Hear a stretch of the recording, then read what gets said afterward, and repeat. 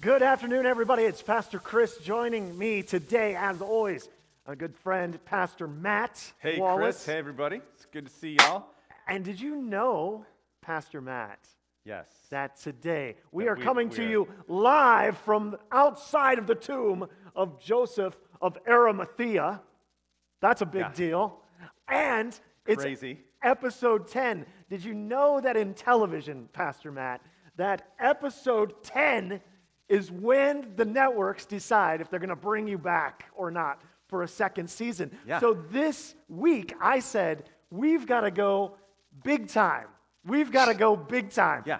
You want your episode 10 Yes. to be memorable. Oh, yeah. It doesn't matter what you did in episodes 1 through 9. 10 is the one that this is sweeps week, okay?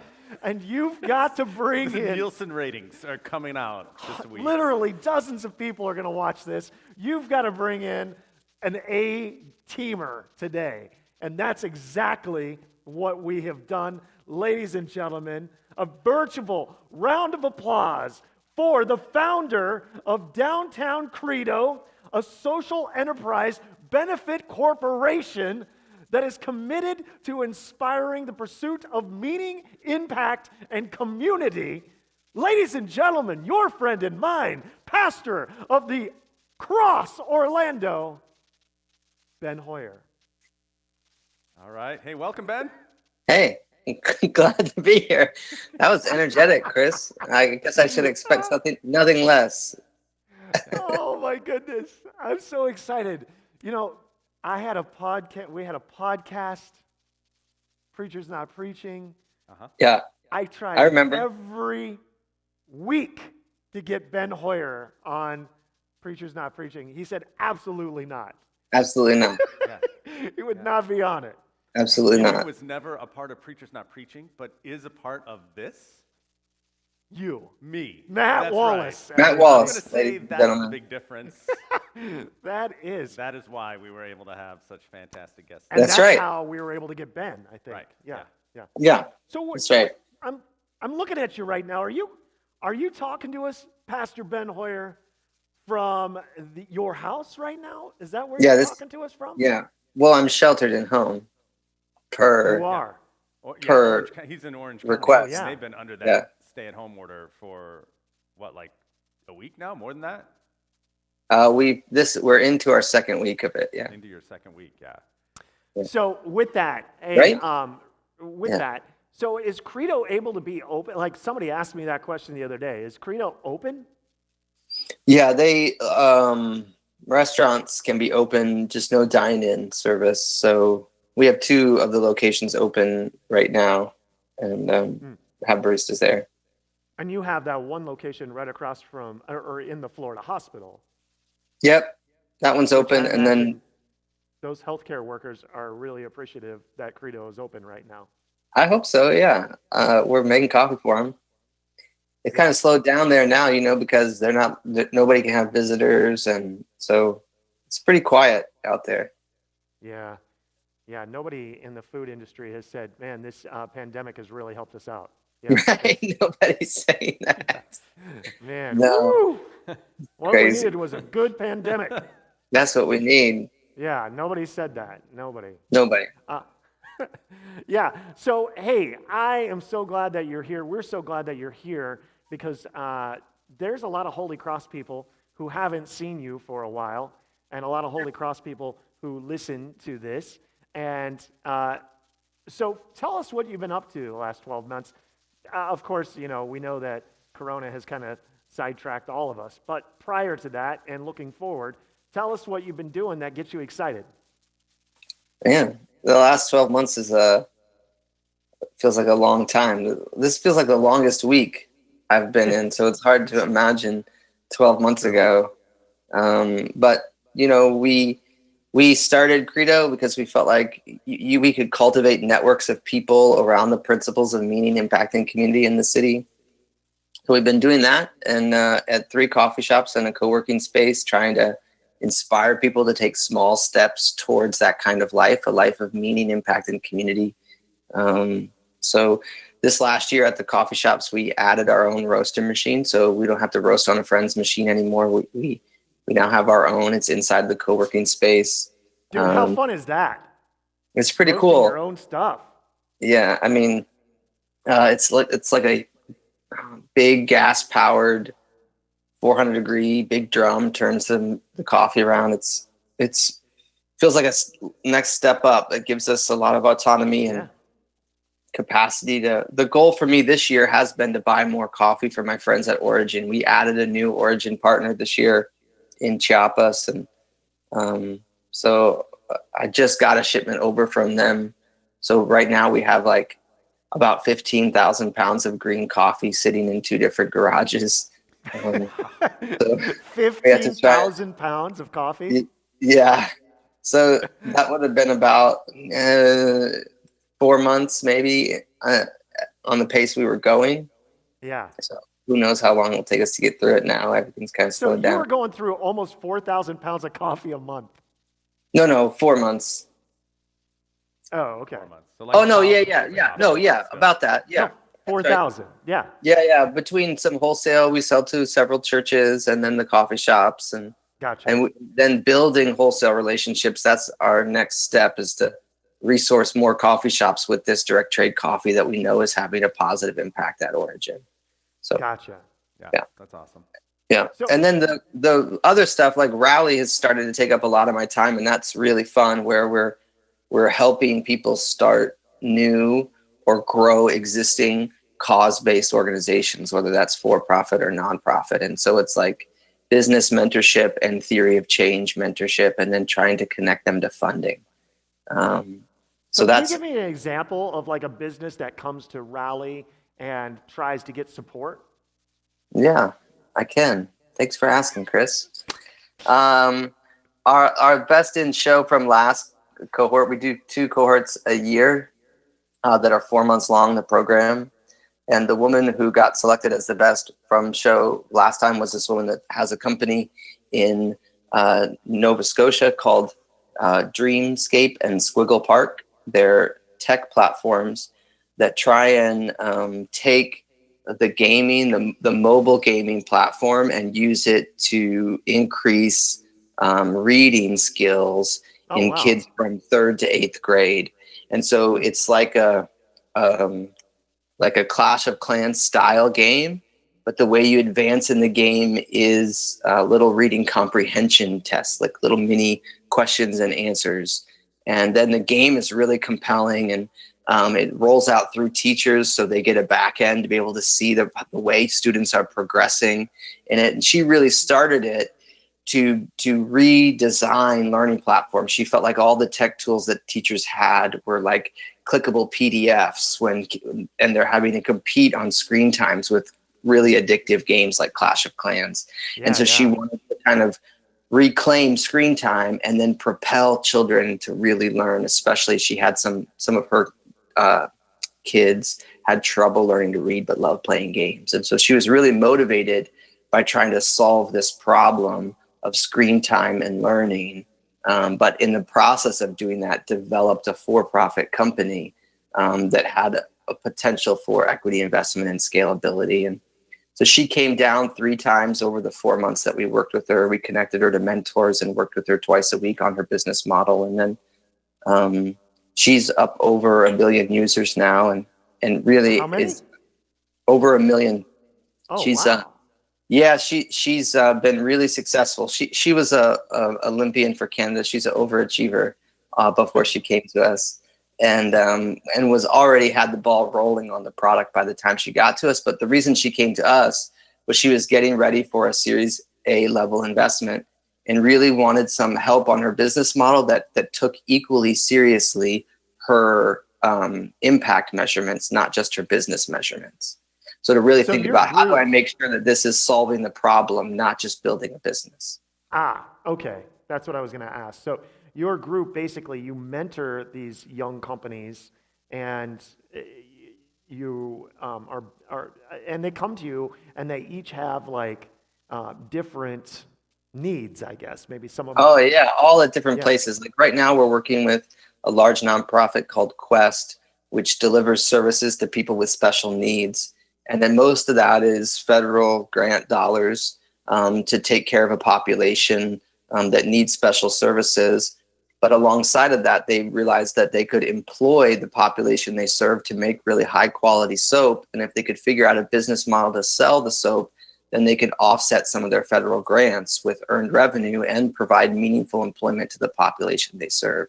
So then they come to us and we help them look out who's the right customer for this product, what's the right messaging, what's the right problem, how do we get it in front of the right customer.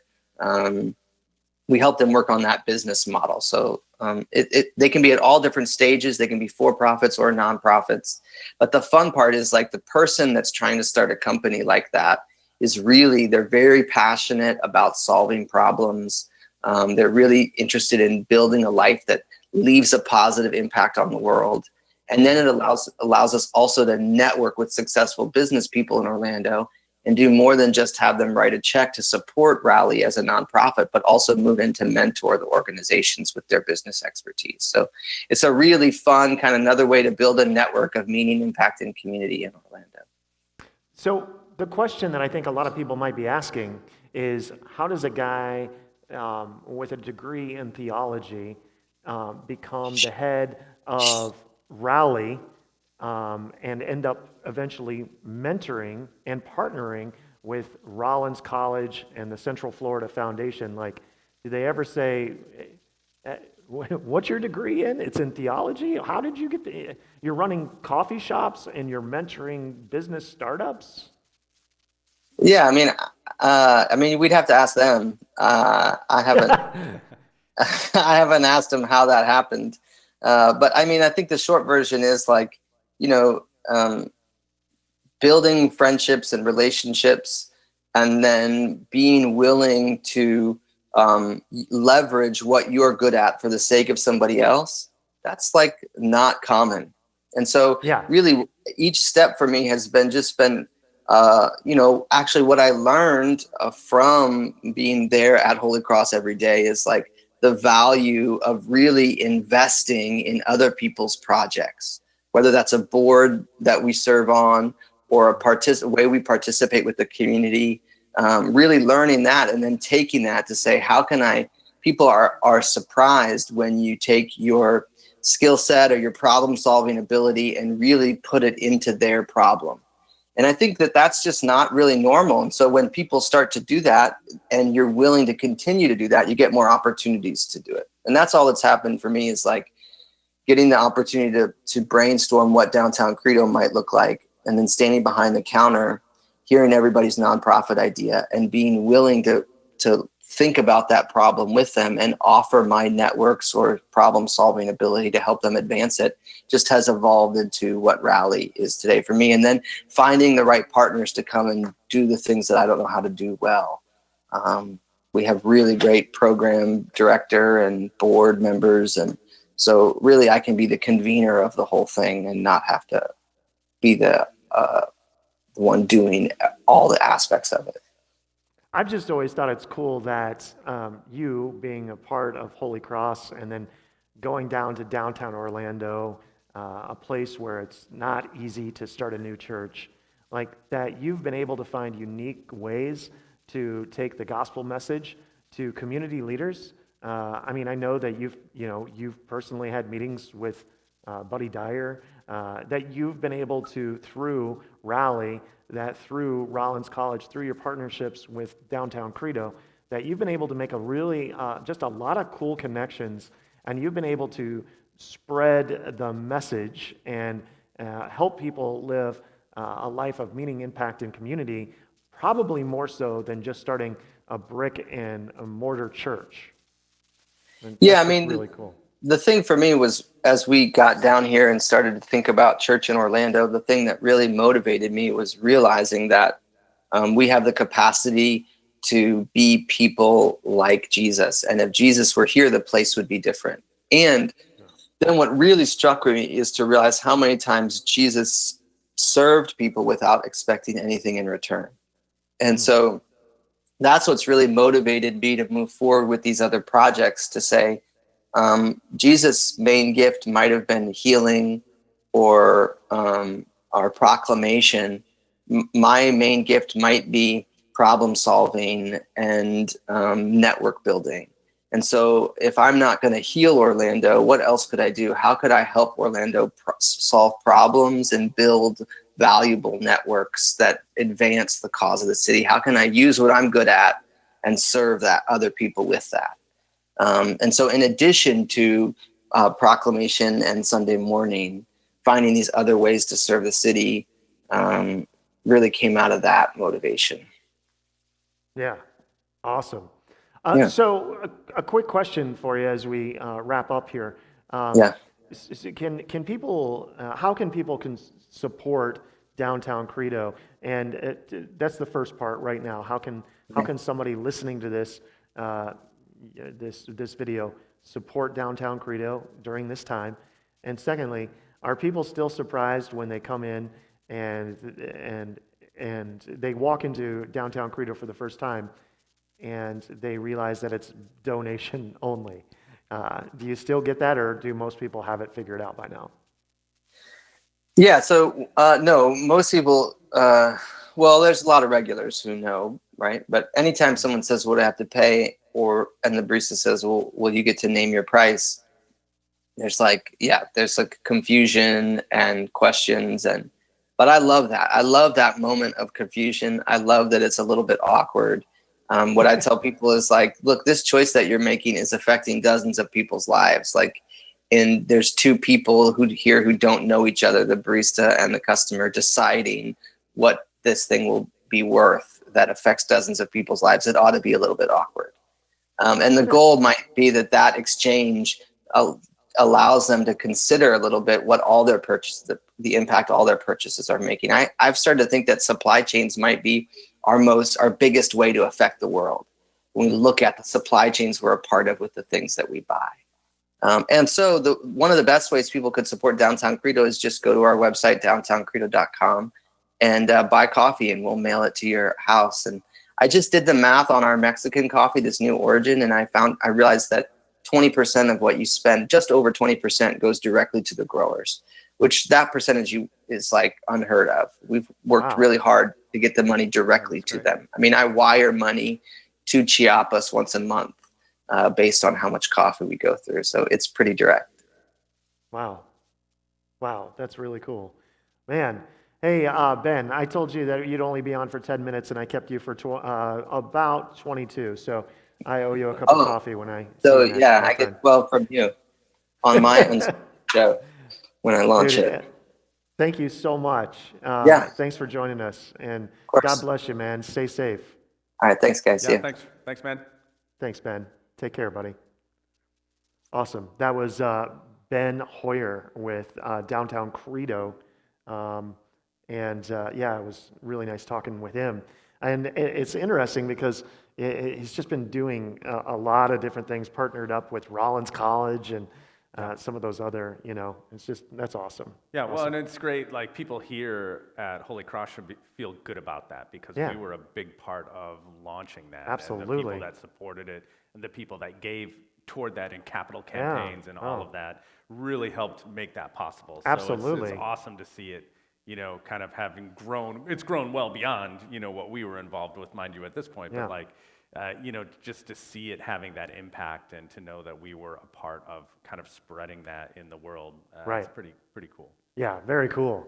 So this is our last UnScripted for the week. Yeah, and our last in-person UnScripted. Yeah. So we'll see how that works. That's kind of a bummer, because we will be doing it next week, but I'm pretty sure you're going to be at your house. Right, and I'll be at my house. And Pastor Hoyer, Pastor Hoyer was going to be here today, but he's meeting with a group of pastors right now virtually. For SMP. But we had another Hoyer, so we still had a Hoyer on the show. That's right. Now we just got to get Jake at some point, and then we'll be good. Yeah. Okay. I was just looking up and trying to log on to see where we're at. Yeah. Do we want to talk about our little words of wisdom and comfort? Yes, let's do it. Today. Let's do it. All right, I was looking at this, and this is from Matthew chapter 20, verses 17 through 19. And it says, as Jesus was going up to Jerusalem, he took the 12 disciples aside, and on the way he said to them, "See, we are going up to Jerusalem, and the Son of Man will be delivered over to the chief priests and the scribes, and they will condemn him to death and deliver him over to the Gentiles to be mocked and flogged and crucified, and he will be raised on the third day." And so, it's obviously part of the reason for that is because we're looking at Holy Week starting next week. And, Right. These are some of the events of that week, but... And with the genuine tomb That's of correct. Joseph of Arimathea behind are us. You know how on- much that cost to bring in right here? That's right. I was going to say we are on location outside of Jerusalem. You can even see the crack with the right lighting. now. Just like That's right. Kuchar has said, Chris Kuchar has said that he wanted to retire the tomb this year. Chris Kuchar. Oh, did. right. Yeah. And that's probably not going to happen. not this year. Definitely not this year, but No. even after this year. I mean, I don't know, I don't know if he means make a different one or not have a tomb. I don't know. But one time I thought about doing that, right? I remember thinking it's a little played out. We've had it every year. The tomb? Blah, blah. The tomb, yeah. I thought maybe it's time for a change. And I was talking about that in the office, and we had an intern, a girl home from college that had grown up in this church, had been involved in the youth. And she came in and not realizing what we were talking about was like, "Oh, the tomb! Oh, that's great! I have such great memories of the tomb. I love seeing the tomb every year. It's so, blah, blah, blah." And I was like, "Oh, okay, I guess I won't get rid of it." And these newcomers like Cooch want to That's throw out the tomb. He said, "Thanks for throwing me under the bus." Yeah. Am I lying, Cooch? That's all I'm saying. How am I lying? Throw on the mic. They can't hear you. Put the mic on. Get the mic. You know how to do it. You're running the sound booth. This is unscripted. Yeah, definitely. This is unscripted. Unscripted. So go ahead and defend yourself. Tell everybody listening why you hate the tomb. All right. Can you hopefully? Yes, we can hear you. I can hear you in room anyway. All But. I said was we talked about it last year Uh-huh. after Easter. We talked about This is a severe backpedal already. building something new, not building getting something rid of new. it. Oh, It's okay. replacing it. Come Boy, on, man. your tomb. That's different. Your tone has changed so much in the last since we talked to Ben Hoyer. That's not what I meant. Yeah. So that's different, and that's something, that we're always... Laura Jackson's saying, "Hey, Cooch, don't get rid of the tomb, okay? Just we are going to improve the tomb." Yeah. Yeah. But anyway. Is yeah. Holy Land still in business? Maybe we can get something from them. Yeah. I don't even know.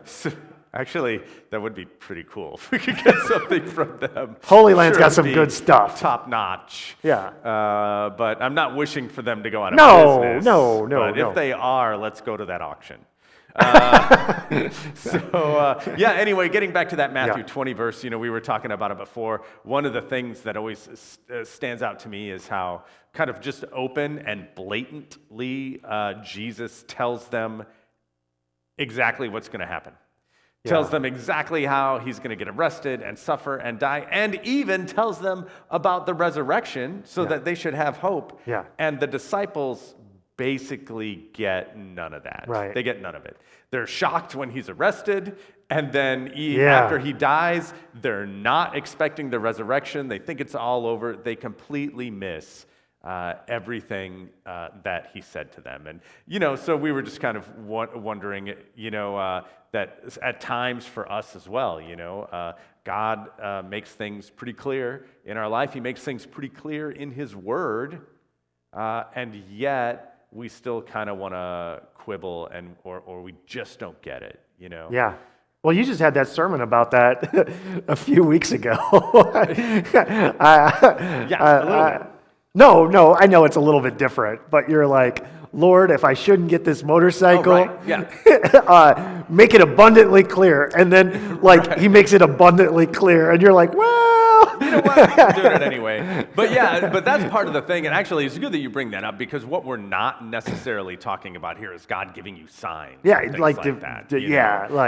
Well, in fact, we even were joking. Not that we didn't take it seriously, but a little bit joking about trying to apply something like that to what is going on in the world now today. I just had that conversation last night. Somebody said, "Do you think that this is going on because so many people have turned their back to God?" I'm like, no, I don't think that. I think we live in a broken world with crud in it, Yeah, exactly. And so, but that doesn't mean, though. I mean, God speaks to us in various ways, and He speaks to us from in His Word, especially. And there are still times where we just don't get it.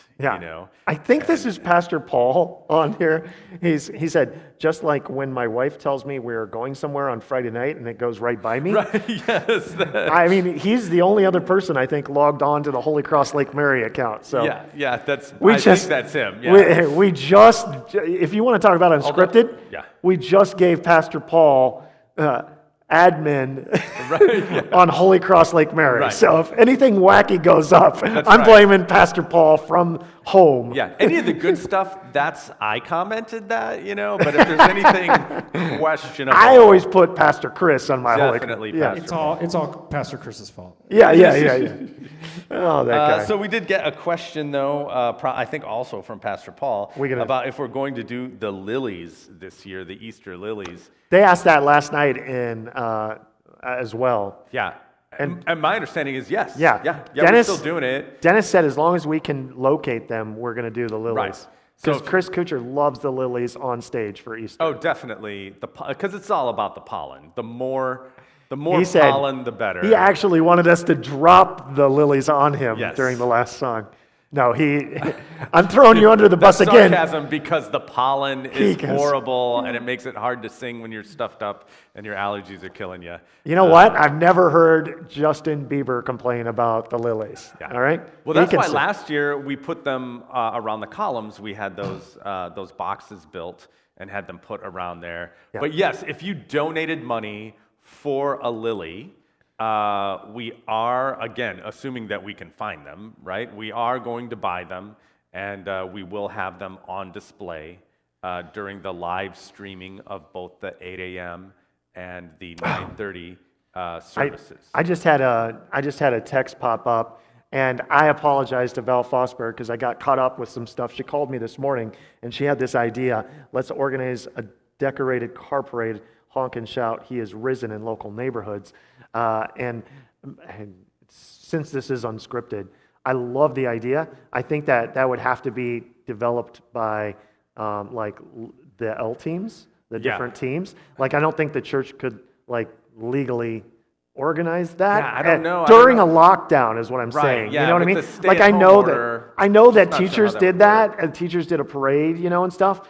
But it got a lot different with this lockdown order, and like we are gonna really, like we have eliminated the drive-up communion as much as we didn't want to do that, because I mean, if it's not essential, we're supposed to stay at home, and that's why as a staff, we're gonna take it serious next week, and we're only gonna be here on Sunday, and I hope we can. It looks like we can continue to stream. I love the idea, Val. But it might have to be like developed by some teams or small groups. Right, yeah, and kind of more in your local community, your local neighborhood. But let's talk about that a little bit, about this stay-at-home order. So we found out about it live on air yesterday. Yeah. And then we had the chance afterwards to look at it. And really, it didn't change too much of what we already figured we were going to do when a stay-at-home order came down. We had actually already figured it was coming sooner or later, but eventually. And so we had already talked about how we were going to handle it and what we were going to do. And so I looked at we read the order from the governor, and religious entities are considered essential. I think they're listed as It was actually kind of surprising because the first thing listed was religious entities and people going to religious services. Right. And now, but I think that is still within the context of the CDC guidelines of having to have 10 or less. Okay. So I think it's saying we can gather together as long as we're following those, which basically just covers enough staff and volunteers so that we can put on worship on Sunday mornings. Yeah. And the other, the Holy Week services. Right. But so what we decided to do was, even though in a way we're considered essential, and like we could, I suppose, continue to even come in during the week and do this here live. Yeah. We have elected not to. Right. Our philosophy is that even though we're exempt or considered essential, just to set a good example, and also to honestly just to keep ourselves safe as possible, we have decided to obey that stay-at-home order as much as possible. And so that basically means everything except streaming worship services. Mm-hmm. So that's why when we do our next UnScripted on Monday, we will be doing it live via, GoToMeeting or Zoom. Not from the whatever tomb of Joseph of Arimathea. Not live from the tomb of Joseph of Arimathea. And so, but we'll continue to do worship. And so that means, we canceled drive-up communion for Maundy Thursday. So what we're going to do instead is we're just going to follow through with what we had already planned, which was to release things throughout the day, talking about Maundy Thursday, referencing verses from Maundy Thursday. We have a cool video about the Last Supper that we're going to release on Facebook. And then I was going to get together, I was going to come live at 5 o'clock and do a confession and absolution and a words of institution to prepare us to receive communion then from 6 to 8.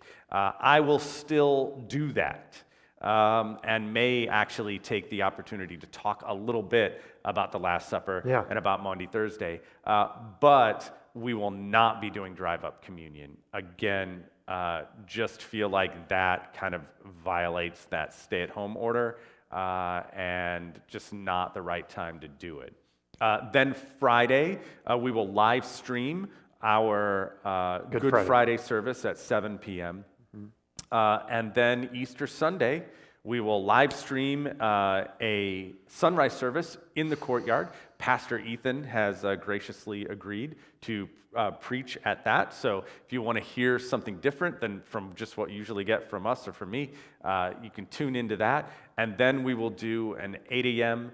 and a 9:30 a.m. Easter service here live streamed. And then we will replay the 9:30 at 11 for people. And again, at one point we had considered doing communion from in that, like we did it last Sunday, from that 11 to 12 hour, doing a drive-up communion. But again, because of the recent changes, we've elected not to do that. And so you have some kid stuff coming though too, right? Yeah, Pastor, sure to be a huge hit, Pastor Chris's playground with some puppets. We're going to be releasing, it's geared toward kindergarten to third to fourth grade, pre-K through third to fourth grade. We just produced about a 10-minute video with 4 kids that will include puppets, but basically we are walking kids through the Holy Week, starting at Palm Sunday, and then explaining Maundy Thursday, Good Friday, and of course Easter, trying to do that in a fun way for kids. Pastor Hoyer chimed in here. He said, maybe we could set a time on Easter morning where everybody goes to their front door and shouts, "He is risen" at noon. Well, we'll still be doing that here during the service. Right. So do that at home, or step out on your front porch then and say, "He is risen indeed." But we're still going to be calling out on you to do that as we're leading worship here. It's interesting actually, kind of how people are watching us at home. Yeah. You get kind of both. You get the people that they get their mug of coffee and they're in their pajamas and they're just sitting there kind of camped out and enjoying the experience. And maybe you're on the live chat. If you're doing that, I definitely hope you're on the live chat and you're interacting with us and things like that. But then there's other people that get up, that get dressed, that go and sit like they would in church, and that stand up when we're supposed to stand up and sit when we're supposed to sit and all of that. Good stuff. And that's another great way to do it because it really truly is still worship like that. So, but either way, whether you worship at home exactly the way you would if you were here, then that's great. And if not, then I certainly hope you're on the chat and commenting and asking questions. That's the one thing we're going to do really different this Easter is it's going to be a lot more interactive. Really to make this work, to have it still be kind of that celebration, and most importantly, to have us still feel that connection with each other, that's going to be the key, is making it interactive. It can't just, I'll be preaching the message that day. It can't just be me preaching the message to an empty room like I would normally preach to a full room. Right.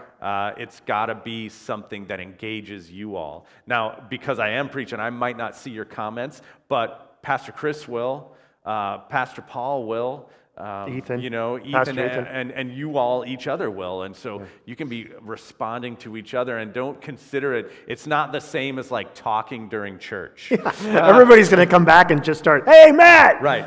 So, but more the opposite. Don't feel like it's disrespectful or something to be carrying on a conversation in the chat while I'm preaching. It's not. In fact, we encourage that. Let's definitely do that so that we still feel bound together. And the thing is, we are bound together, regardless of whether you feel like it or not. We are. We're bound together as the church invisible by the Spirit of Christ. We are His body. Sorry, you're bound with us. We're bound together whether you feel it or not. That said, it's nice to feel it. Yeah. Right? And that is going to help us to still feel that and be reminded of that if we're communicating with each other and interacting with each other. Pastor Paul has been calling people, from Holy Cross. Right, So if you haven't got a phone call yet, you probably will. Yeah. Pastor Paul. We don't have your number. Yeah, right. Call us and make sure we have your right number. Pastor Paul said that he talked with someone this morning who said they sit and watch the 8 o'clock service, and they close their eyes and picture the people at 8 o'clock sitting around them. Oh, yeah. It's that's pretty cool. That is pretty cool. Also, easy to do because everyone at the 8 o'clock service sits in the exact same spot every Sunday. True. Right. I know. There's Mr. Schreiber right there. That's right. There's the Geis family right there. Exactly where they all sit. There's Priscilla and Bob. There's Grace in the back. Why does Grace sit in the back? I don't know. She seems like a front row gal. Yeah, I know, right? I don't know. Yeah, Grace, if you're out there, comment. Let us know. Why are you always in the back row? Why do you sit in the back? Somebody said she's just a good Lutheran. That's probably why. Yeah. Oh man, that's good. Well, it is 2:12. We try to do it 45 minutes here for the show, and thanks again to Pastor Ben Hoyer, who was with us. If you missed earlier, you can go back and stream this at any time. Pastor Ben Hoyer, the founder of Downtown Credo, the pastor of the Cross Orlando, getting some good stuff, telling us about how he's things that have inspired him, and we're certainly praying for him and Downtown Credo. He's got a lot of employees that he's got, just like many of you listening right now, small businesses. Hopefully, some things that were passed in the CARES Act will be able to help us out, and we know that eventually this will pass. But we're praying for all you guys too. We long for the time where we can all join together again, and we hope that's sooner than later. But right now we don't know. So we will keep connecting. If you have a need, reach out to us. You can email, you can call, text, whatever.